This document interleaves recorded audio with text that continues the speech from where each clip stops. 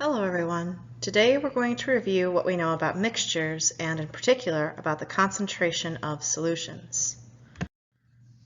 A reminder, a mixture is a physical combination of two or more pure substances, where pure substance refers to either an element or a compound. Basically, mixtures have two or more different units within them. There are different ways we categorize mixtures based upon how they appear and behave. One category is a homogeneous mixture, where the mixture appears the same throughout. This would include things such as Kool-Aid, milk, or alloys. Heterogeneous mixtures, on the other hand, are mixtures that are uneven and has distinct or recognizable components to it.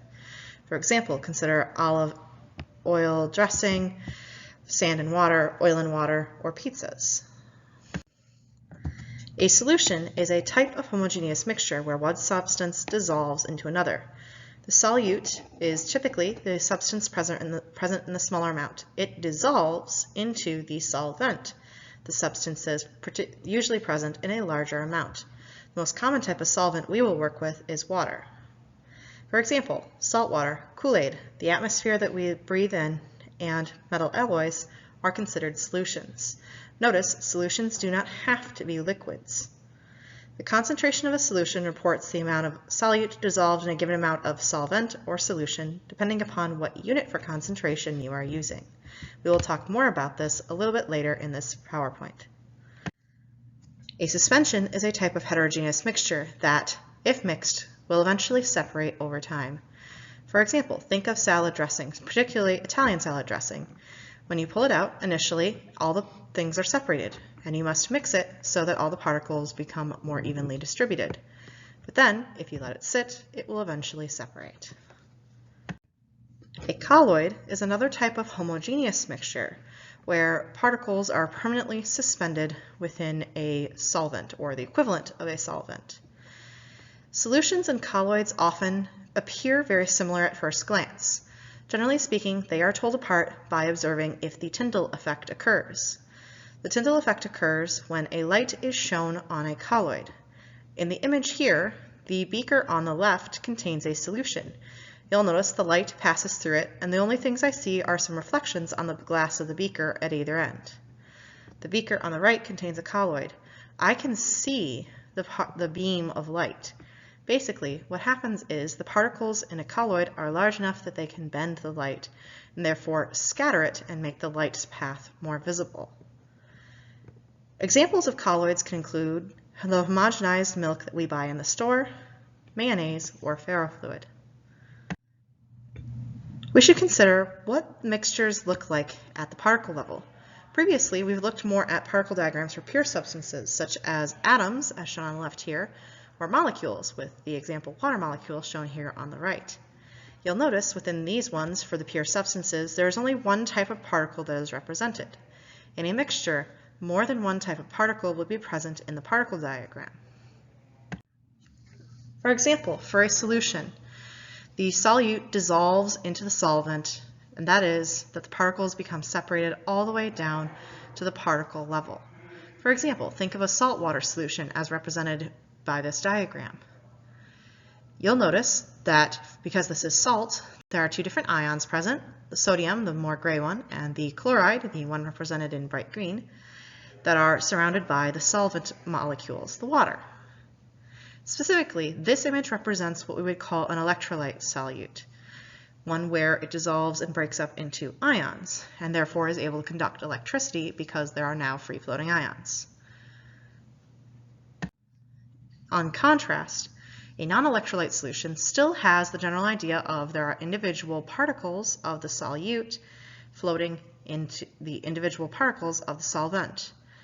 This one is a representation of sugar in water, which would be a non-electrolyte solution. You'll notice the sugar molecules stayed together, as represented by the light gray hexagons.